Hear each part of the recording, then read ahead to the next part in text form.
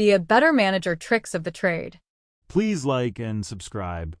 And the first thing I would say is that, okay, so a PhD or a master's degree or a bachelor's in management, what they do is they go to these companies or these colleges, and they're being taught by the same professors. And these professors, some never managing people, can learn the concepts but not understand them. So they go to these colleges and they learn this information and they start applying it, and then those managers underneath them apply it. And it's kind of a cascade of stupidity. And you see a lot of that in upper management today, and middle management, managers that grew up managing. Some people have natural abilities towards managing, and so people ask them to manage eventually in a company. So those kind of people understand that those tricks that their upper management are using are stupid. Basically, if you're a CEO and you're laying off people every 10 years or whatever, you need to be fired.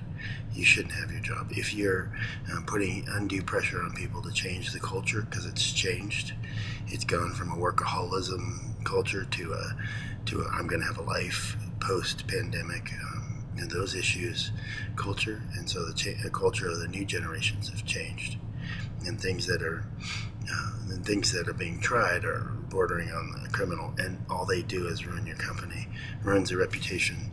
So I've said this before in other videos, but I've gone to a supermarket, waited in line, talked to people, and I said, I'm new here, and I want to know what companies would you not work for here? And they'll give you a list of people, of companies, and give you reasons. And I said, well, what would you prefer if you could get a job at any company here? And they'll tell you.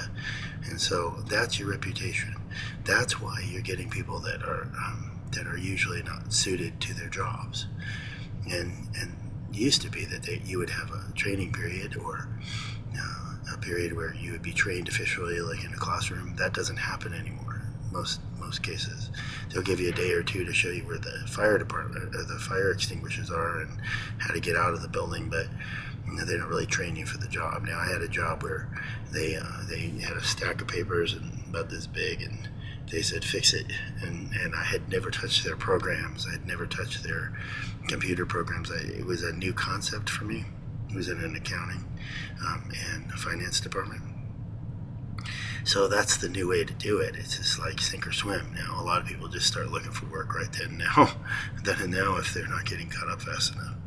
And learning curves are different with different people. Some geniuses have real slow learning curves. Some of them have real fast learning curves. Some really stupid people have a very, some stupid people can have a very fast learning curve. And it's what they do with that information afterwards that's different. So as an introduction, I would say that this is just meant to help people to manage better, kind of a bottom-up management of styles that can be developed. So I'm going to give you some tips, and hopefully they help you. Thank you. Be a better manager. Tricks of the trade. Please like and subscribe. All companies need to watch expenses, and so it seems like some purposely try and be too cheap. There are companies that are making their people use their own phones, and they can cause legal problems with HIPAA laws and personal health information laws and HR rules about personal information. So you don't want to look too cheap. People, if they're going to use their own phone or their own computer or their own car, compensate them. You're supposed to have a service agreement with a phone if they're using their own phone. If you don't, you can get into legal troubles as a company, but it's a good example of where being too cheap can cause you a lot of problems in companies. There's a 100-and-some-year example. There was a 200-year example. It was in the late 1700s. There was a shipbuilding company who wanted to know how cheaply they could make the ships. Well, the ships started sinking, and the expression was coined penny wise and pound foolish. Well, penny is also the size of nails, but it was also money at this country. It was England, and this shipbuilding company made them so cheap they would fall apart, and so people stopped buying the company's boats, ships, and they went out of business. So it's a good example of don't be penny wise and pound foolish. Don't be too cheap. Be careful that because a person was getting a good wage from this one company, and the benefits were so poor. They thought, how can they afford my wage if they can't afford benefits? If they can't afford to get me a phone or to get me a laptop? And then you do have security concerns and update concerns with these machines, and so you need to really weigh out that you're not looking poor, even if you're watching your every penny, because you want to feel to the employee and to your customers, but to your employee, that you value them and that you are not trying to pinch every penny, because it will affect your bottom line. It will affect your sales, and all those issues will be affected in customer service. So anyway, thank you. Be a better manager. Tricks of the trade. Please like and subscribe. So as a manager, I would take people and I teach them my job. Various people, especially ones that, and I knew they wouldn't stay, and so my idea was that they're going to go on someday, and I want them to have the best amount of training that they can. So I teach them how to do my job, and I got kind of in trouble from a vice president once for that, but and then my boss corrected this person and said, no, he's right. You teach everybody you can. So the one thing that things have gotten away from is cross-training. And cross-training is very, very important to a company, for any company. Almost all trades, you should cross-train in those positions.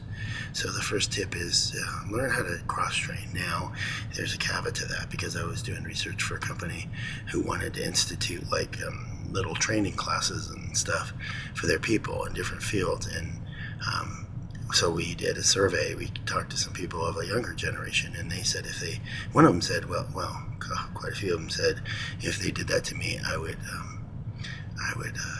start looking for another job.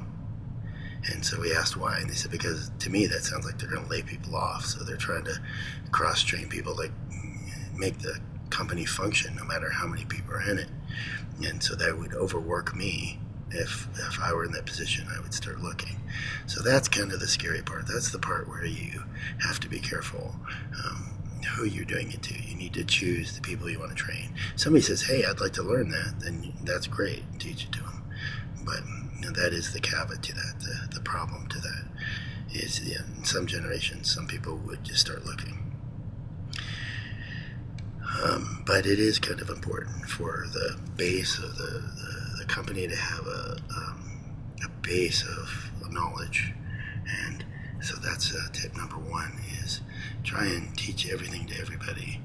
Do it informally. So if the generation's younger, that might help too. Just show them how to do stuff. Thank you. Companies used to go into a lot of effort and a lot of sometimes money to make SOPs, standard operating procedures. Some companies have them, they don't use them, they don't update them. They're worth having. It should be that in most positions in your company, somebody can sit down and do the job, and by reading them. I have had 2 jobs where they asked me to do an SOP on my job, and I sat down and I did it searchable in an Excel file so that they could find it easily. And I did it very organized way. And I don't know, 6-8 months later, one of the supervisors called me up and said, hey, how do you do such and such? I noticed that in your notes you did this, you said this.